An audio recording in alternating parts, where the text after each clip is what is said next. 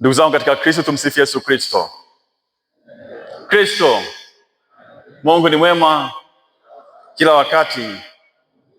Karibuni katika mkesha huu wa kumshukuru Mungu kwa mema na baraka mbalimbali ambazo ametujalia kwa mwaka 2025.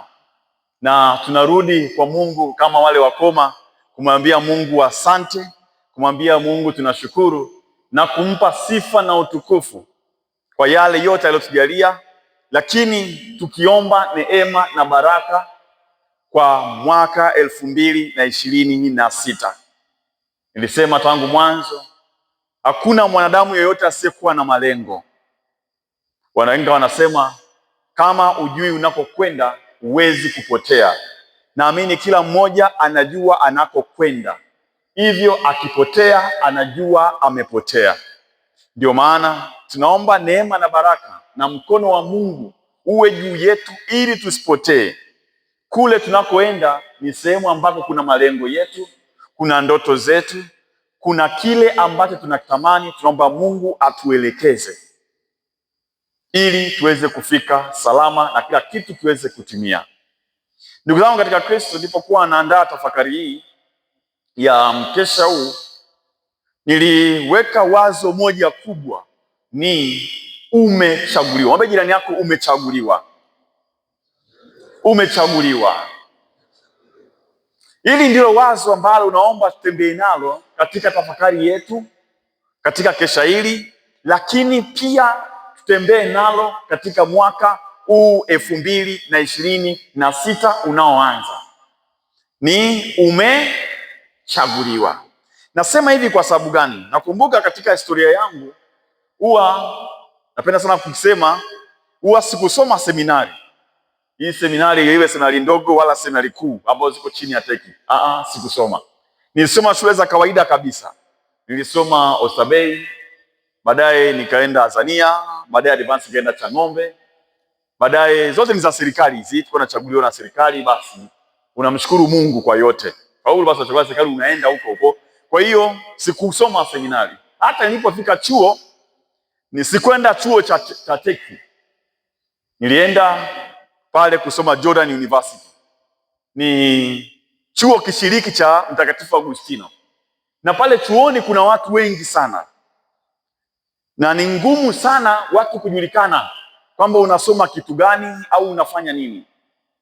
Tulikuwa tunajuana ni wale ambao tunasoma faculty ambao tunaendana labda philosophy, na mara nyingi tukikutana katika zile core course peke yake. Lakini course nyingine au masomo mengine tulikuwa tunashare na watu wengine.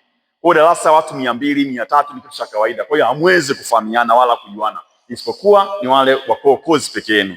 Ikitokea kuna somo hilo. Lakini kwa nini nasema hivi umechaguliwa na naeleza hiki? Pale kulikuwa kuna michezo mingi chuoni. Na mimi nilikuwa napenda kushiriki michezo. Nadhani hapo mnaona huwa napambana sana katika michezo. Yaani ni kitu ambacho kwa mimi ilikuwa ni dhambi kwamba nisiposhiriki mchezo. Nilikuwa kama naumwa. Kwa hiyo nilikuwa napenda mchezo. Nilikuwa napenda mpira wa miguu. Nilikuwa napenda kucheza mpira wa miguu. Nadhani kila mtu anajua kucheza mpira wa miguu, kwa wanaume wote anapenda kucheza mpira wa miguu. Kwa hiyo nilikuwa napenda. Lakini wenyewe sio kama walikuwa wananipenda sana. Unajua unaweza kupenda mchezo lakini wenyewe haukupendi sana. Kwa hiyo sikuwa mkubwa sana hivyo. Lakini nilikuwa nacheza. Nasema siku moja nikiwa nacheza katika mechi za chuoni hapo, nilipata ajali. Ajali iliyopelekea sasa kupasuka sehemu ya jicho, sehemu huu upande huu wa jicho, ambako kulipeleka mpaka matatizo ndani kabisa ya jicho. Nikafanyiwa operation, nikashonwa, nikafanya hivi. Na baadaye madaktari wakaniambia usirudie tena kucheza mpira. Endapo jicho likipata shida, basi ndio itakuwa mwisho. Basi nikaingiwa na woga na nini. Sasa nitafanya mchezo gani? Nikasema nahamia mchezo mwingine, ila lazima niende mchezoni. Mchezo gani? Nikaenda kwenye volleyball sasa. Volleyball nilikuwa sijui, sijawahi kucheza, sijafanya chochote. Nikiwa hapo sasa kwenye volleyball, ilibidi kuanzia saa 9 jua kali nianze mazoezi. Alikuwa anatufundisha mwalimu mmoja, ni padri wa damu takatifu ya Yesu, anaitwa Celestine Sahaya. Alikuwa ni mkali sana anatufundisha, kwa hiyo ananiambia wewe lazima uanze saa 9. Wengine wanaanza saa 10, mimi naanza saa 9. Kwa naanza mazoezi, napambana namna ya kumpira, kucheza, kufanya hivi, nikapambana sana sana mradi nicheze volleyball. Sasa kwenye vyuo vya sauti huwa kuna mashindano tunayaita SUSAUTI, mashindano ya vyuo vikuu vyote vilivyo chini ya sauti, na kila mwaka wanachagua sehemu moja ya kucheza.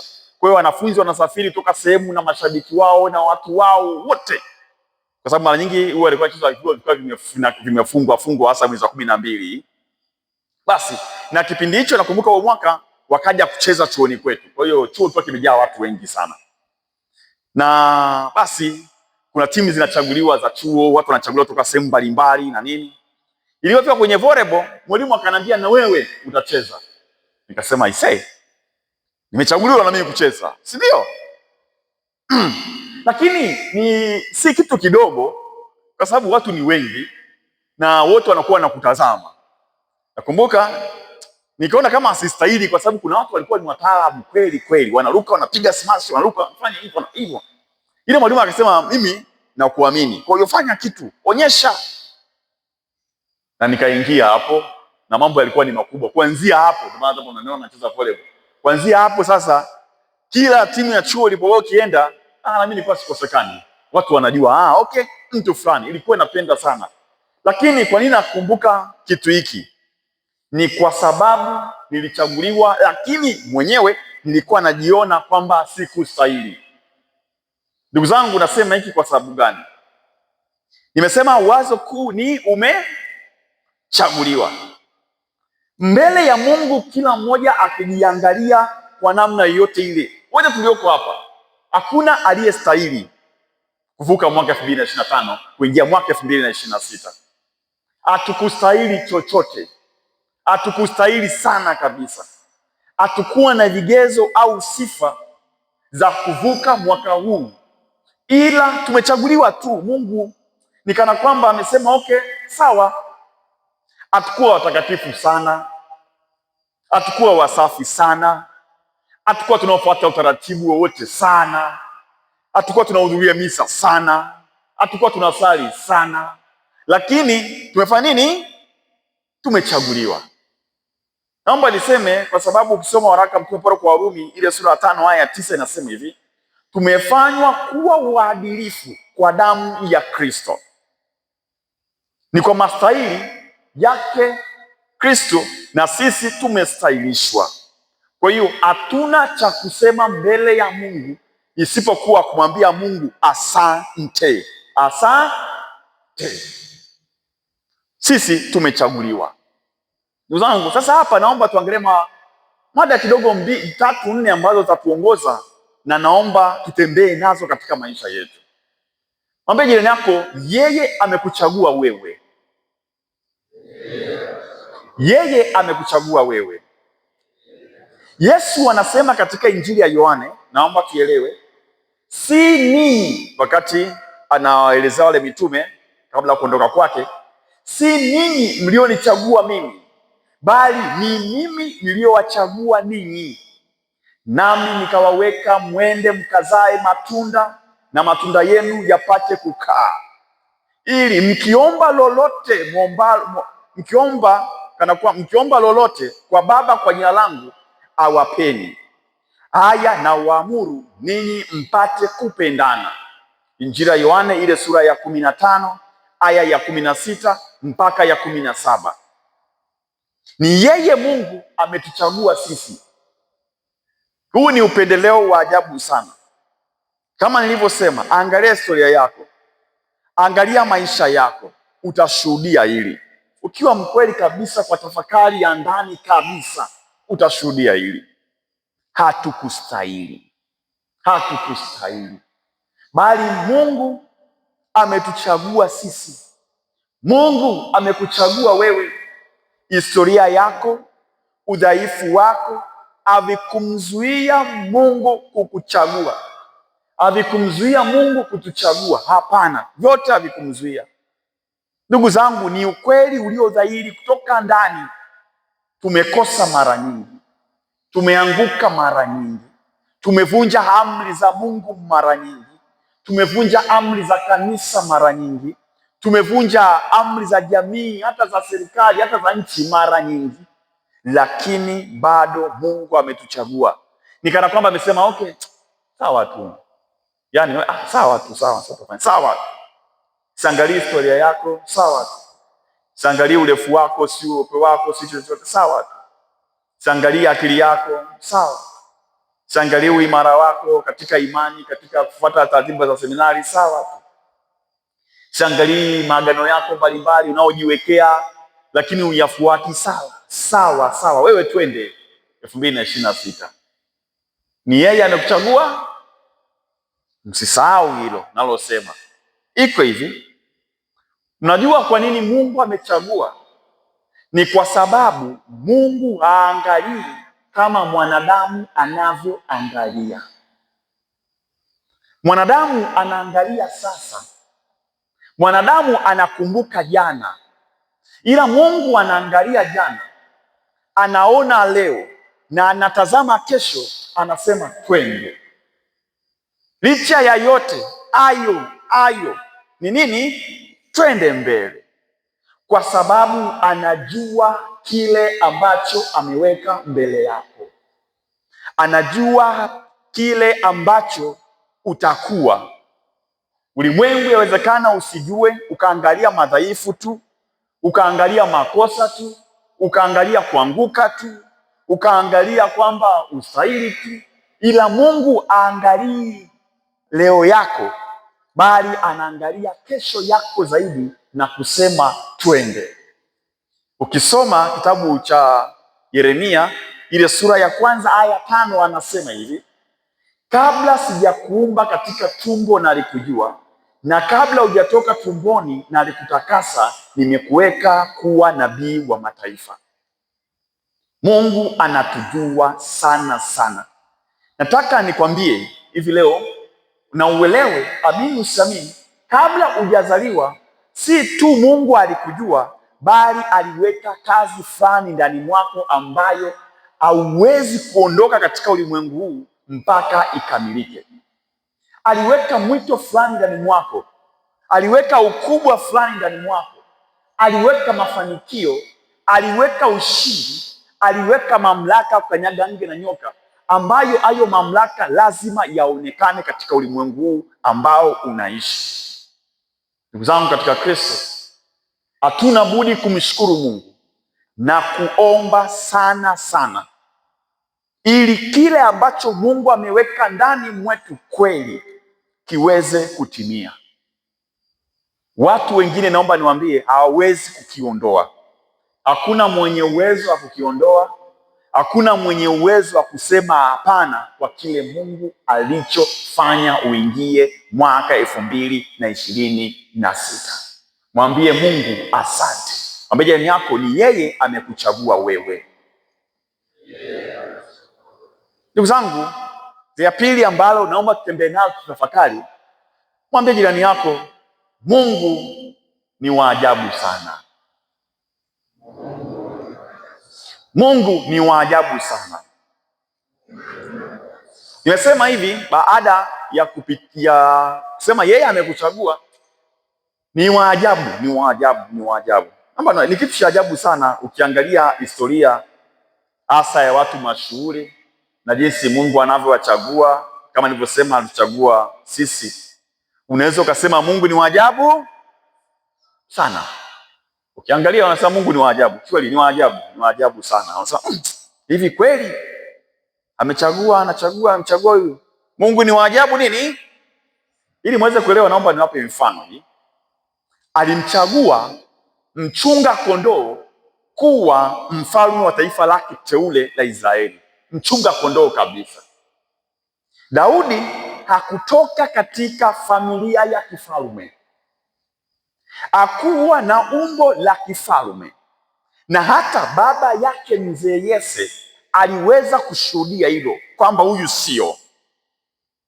Alipoambiwa pitisha watoto wako ili wapakwe mafuta, Daudi hakuwepo katika orodha. Daudi hakuwa katika nini? Orodha. Yeye alikuwa ni kijana mdogo mwenye umbo zuri, wanasema mwekundu, ni samboi tu yani. Ukimwangalia wanasema huyu blazameni, au sio? Afai, yani hawezi kusimama kama jasiri na kuongoza taifa. Akustahili. Asema ni mwekundu fulani, anaomba, ana sura nzuri yani ya kusimama hivi ya kijasiri. Kasura kake ni kazuri sana. Ila Mungu alimchagua huyu ambaye hata familia yake ilisema hapana. Inawezekana mimi na wewe tumetoka huko, kuna familia zetu waliingia migogoro, wakasema usiingie, usiende hivi, usifanye hiki, hautafanikiwa, hautafanya hivi. Ila hata kama familia inasema hapana, ndugu jamaa wanasema hapana, Mungu akisema ndio, hakuna anayeweza kusema nini? Hapana. Utasoma katika kitabu cha kwanza cha Samueli ile sura ya 16 aya ya kwanza mpaka ya 13. Nenda ile aya ya 12 itaeleza vizuri kabisa. Utaona kabisa Mungu ni waajabu nini? Mungu alimchagua Musa kuongoza au kuokoa taifa lake teule hili kutoka katika utumwa nchini Misri. Mungu ni waajabu. Naambia kwa nini? Musa hakuwa msafi hata kidogo. Musa hakuwa mwema hata kidogo.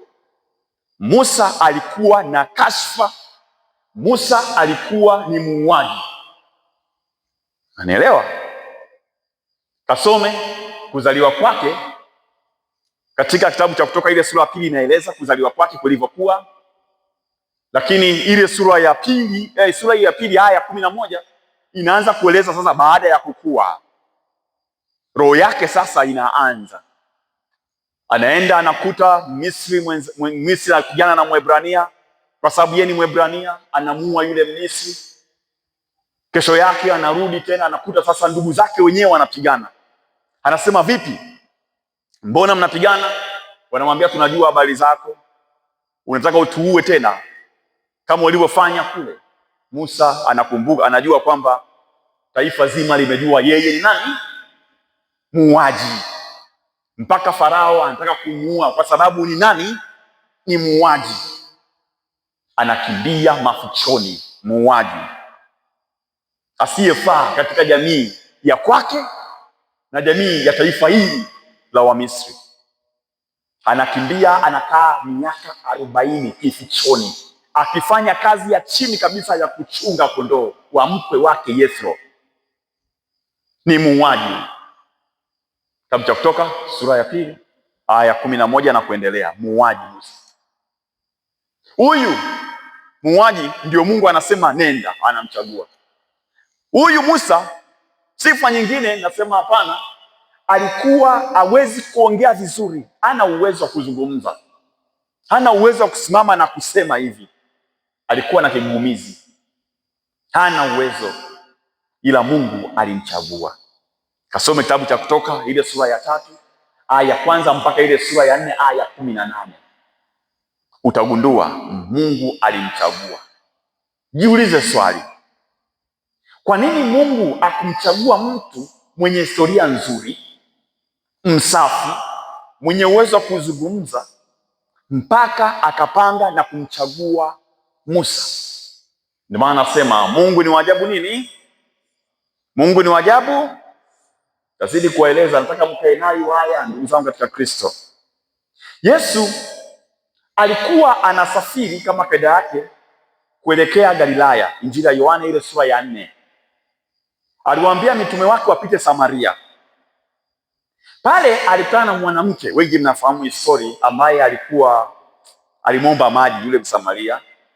Mama akasema, anamkumbusha Wayahudi na Wasamaria hawaombani kitu, ni maadui fulani hivi. Nakumbuka historia yao kusoma tangu mwanzo. Yesu anamwambia, wewe unajua ni naye anayekuomba maji. Kama ungejua naye anayekuomba maji, ungemwomba wewe. Anamwambia yule mwanamke. Mama akasema, najua Masia hana budi kuja. Yule mwanamke, Yesu angalia anachosema, unayeongea naye ndiye. Sasa nataka niwaambie hiki kitu. Niko hivi. Yesu akujifunua kwa yoyote yule katika utume wake.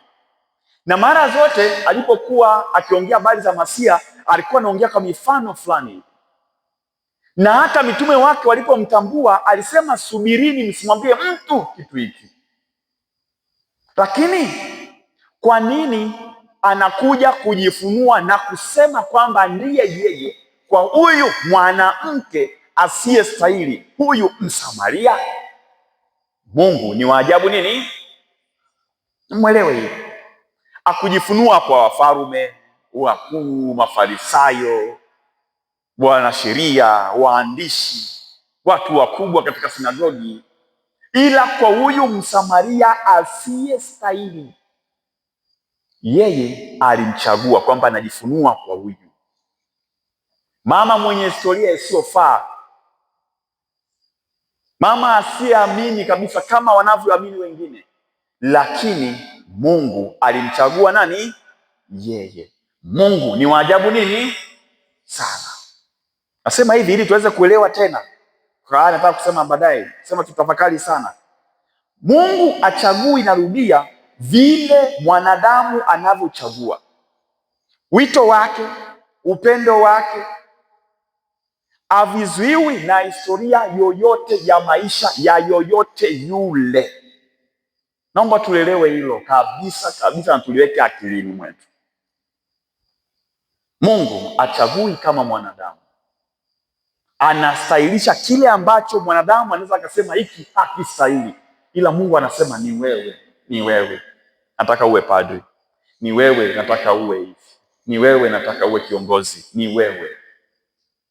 Ndugu zangu, naomba niendelee ili muweze kuelewa. Wakati Yesu anachagua mitume, sisi tunakuja katika masuala ya wito hapa. Tunataka kuwa mapadri. Kuna wengine huko basi wanaitikia mito ya ndoa, lakini mito mingine Mungu anachagua tofauti kabisa. Wakati Yesu anachagua mitume wake, akwenda katika sinagogi, alienda ziwani, tofauti kabisa. Na huko alikutana na Petro, mvuvi kabisa. Petro hakuwa na historia yoyote ya imani. Hakuna ambaye anaweza akasema Petro alikuwa anaenda wapi, anasali wapi, hakuna. Petro yawezekana hata kwenda kwake katika sinagogi kulikuwa kwa kusuasua, kwa sababu ya kazi zake za uvuvi. Alikuwa anashinda ziwani huko, wa kawaida kabisa. Hakuwa na lugha nzuri Petro, kwa sababu ya historia yake. Tunajua wale wanaokaa pwani, historia, maneno yao, lugha wanazotumia. Ila ni Mungu mwenyewe. Yesu alimwambia Petro, njoo. Alikuwa ni mtu wa hasira Petro, aliyebebwa na upepo, mfuata mkumbo tu, lakini ni huyu aliyechaguliwa na Yesu. Tunajua kabisa Petro alimchagua Mathayo, mtoza ushuru, mtu aliyekuwa na sifa mbaya katika jamii kutokana na kazi aliyokuwa anaifanya, mkandamizaji, mwizi na mdhulumaji. Ila Yesu alimchagua huyu. Nazidi kusema tena, alimchagua Tomaso, mtu aliyekuwa amini sana na ni mgumu sana. Alimchagua Yohane na Yakobo, wapenda madaraka, nakumbuka, na wabinafsi, waliokuwa tayari hata kusema moto ushuke uangamize wale wanaopinga vitu. Ni watu wa ajabu sana hawa, japo walikuwa ndugu zake, lakini aliwachagua. Alimchagua Yuda, mwana uchumi mkubwa, aliyemuuza kwa vipande 30 vya fedha. Mungu alimchagua Paulo, mtesi mkubwa wa kanisa na mitume, ila Mungu alimchagua. Mungu ni wa ajabu nini? Sana. Mungu ni wa ajabu. Anapoona mtu astahili, yeye anamstahilisha. Anapomuona mtu anasema sifai, anasema wewe unafaa. Jamii inaposema huyu hapana, Mungu anasema huyu ndio. Ndugu zangu, yawezekana narudia tena ukajiona haustahili kwa historia yako, kwa maanguko yako, kwa udhaifu wako, ila Mungu amekuchagua nini? Wewe.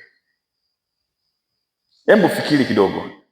Yesu alijua Petro atamkana mara 3, alimchagua. Yuda atamuuza, alimchagua. Mitume watamkimbia, lakini alifanya nini? Aliwachagua. Mungu ni wa ajabu. Hiyo ndio tabia ya Mungu. Kwa hiyo katika safari ambayo tunaenda nayo mwaka 2026, tujue kabisa Mungu ni wa ajabu nini? Sana. Nasema hivi sasa, baada ya kuelewa haya, mwambie jirani yako, tembea kifua mbele. Tembea kifua mbele. Naomba nikwambie kitu hiki. Kuwa na moyo wa kujiamini.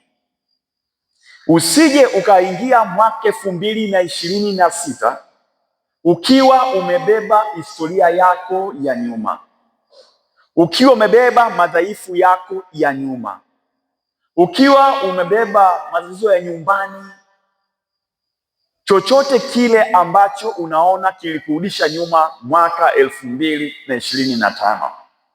Tembea kifua mbele kwamba Mungu ananipenda mimi nina bahati.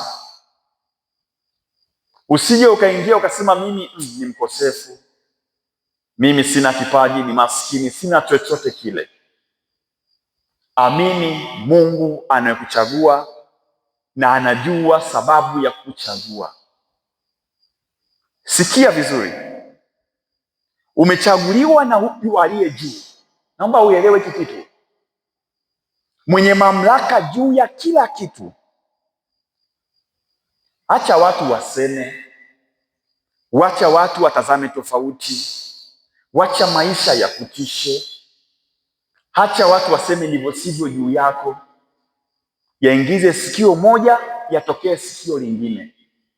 Safari ya wito wetu wa maisha si rahisi kama tunavyodhani. Wakati mwingine kuna makelele mengi, kuna matatizo mengi, kuna majaribu mengi kutoka ndani na nje. Yafikirie, yasikie, lakini yaingize sikio moja, yatokee sikio lingine. Kila siku ukiamka, mwambie Mungu asante, niko hai, unanipenda, umenichagua, ninda baraka zako, mimi ni mwana wako mpendwa, ninastahili na naamini utakuwa nami katika mwaka huu 2026 na malengo yangu yatatimia. Kumbuka, wewe ni kile ambacho Mungu anapanga katika maisha.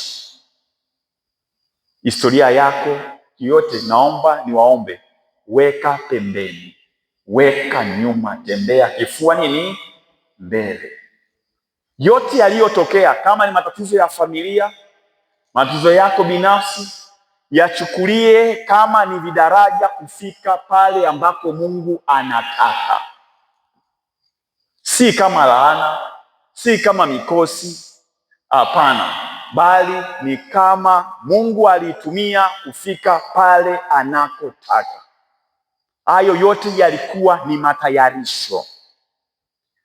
Usiingie katika mwaka 2026 huku ukiwa unajiumiza, unaishi kinyonge, unajiona mkosefu, kujiona umepoteza. Hapana. Kufikiri labda nisingefanya hivi ingekuwa hivi, nisingefanya hivi ingekuwa hivi. Hapana. Naomba niwaambie kabisa, tembea kifua mbele. Na ujumbe huu waambie wote ambao utaongea nao, watakuomba ushauri, waambie Mungu anakupenda, waambie Mungu anafanya nini? Ni jambo zuri sana. Naomba mwisho nimalizie kwa kusema hivi, ya mwisho kabisa, ambaye nako nafasi ndio hii. Nafasi ndio hii. Hii ya mwisho, naomba nimalizie. Niliwaambia nilipochaguliwa kucheza volleyball nilitumia nafasi. Na kocha aliniamini. Aliponiamini nikatumia nini? Nafasi ya kuaminika. Mungu ametuchagua. Naomba tutumie nafasi hii kuaminika. Nafasi ndiyo. Mungu ametuchagua. Naomba tuelewe hilo na tusimame katika hilo na tuonyeshe kweli kwamba tumechaguliwa. Mungu ameweka ndani mwetu malengo. Mungu ameweka ndani mwetu ndoto ambayo lazima anaamini mimi na wewe tutaitimiliza. Tuonyeshe kwamba tuna uwezo wa kuifikia, tuna uwezo wa kufanya, tuna uwezo wa kutenda. Nafasi ndio hii. Mwaka huu 2026 ni mwaka wa kuonyesha si tu mbele ya Mungu, hata kwa wale wanaotuzunguka kwamba tunaweza. Nyumbani wakikuangalia waseme huyu ni padre. Nyumbani jamii ikikuangalia waseme huyu ni padre. Wakiangalia waseme huyu ni mseminari. Huyu ni kwa wale wanaofanya biashara waseme huyu ni baba. Huyu ni mfanyabiashara. Huyu kwa sababu umechaguliwa, Mungu amekuamini nawe kuwa mtu wa kuaminika. Ndugu zangu, naomba niwaambie hiki. Ukijiamini, Mungu akakuamini, atakuwezesha. Kawaambie hata watu wengine, waambie ukweli kwamba mwaka huu wameaminika na wao wajiamini. Nafasi labda za kazi, tuna ndugu jamaa na marafiki hapa zitakuja, watakuuliza kaka, nifanyeje? Ndugu wangu, nifanyeje? Mwambie nafasi ndio, usisahau hicho. Yawezekana nafasi za biashara, tunaombwa sana ushauri, nifanye hivi kweli? Mwambie nafasi ndio hii. Yawezekana mwingine akasema nataka niandike vitabu, nafasi ndio. Yoyote yule atakaye kuomba ushauri, kumbuka nafasi ndio, mwambie fanya. Mwambie fanya. Hata kama ikionekana haiwezekani, mwambie fanya, Mungu yuko nawe. Akikwambia inakuwaje, mkumbushe hiki ninachotaka kumaliza. Daudi hakuwahi kupigana vita. Daudi alikuwa anapeleka chakula kwa sababu ni mchunga kondoo tu. Ila mbele yake wakati anapeleka chakula akakuta majeshi yake yamefadhaika. Ndio hao wanaosema mtawakutana nao wamefadhaika. Aliyekuwa anawafadhaisha ni Goliati, jitu kubwa sana sana. Akasikia maneno ya Goliati na vitisho, akaangalia majeshi wamekufa moyo, akaomba yeye nafasi ya kusimama. Mtu wa kawaida kabisa. Jeshi zima wakasema hapana, hamna kitu hapa. Akasimama na kombeo na jiwe tu mbele ya Goliati. Ndugu zangu, alichosema Daudi, naomba hicho mkiweke kichwani mwenu. Alimwambia Goliati, wewe unanijia na panga na sagai na kila kitu na silaha, ila mimi nakuja kwako na jina la nani? La Bwana Mungu. Yeye aliyenipigania dhidi ya dubu na simba atatupigania dhidi yako. Maana yake ndani mwake alikuwa na imani na alisimama na Mungu dhidi ya adui mkubwa aliyekuwa Goliati. Nimesema nafasi ndio hii. Yoyote atakayekwambia mbele yangu naona Goliati, mwambie sema kama Daudi, simama kama Daudi. Na ni baada ya Daudi kumshinda Goliati, historia yake ya maisha ilibadilika pale pale.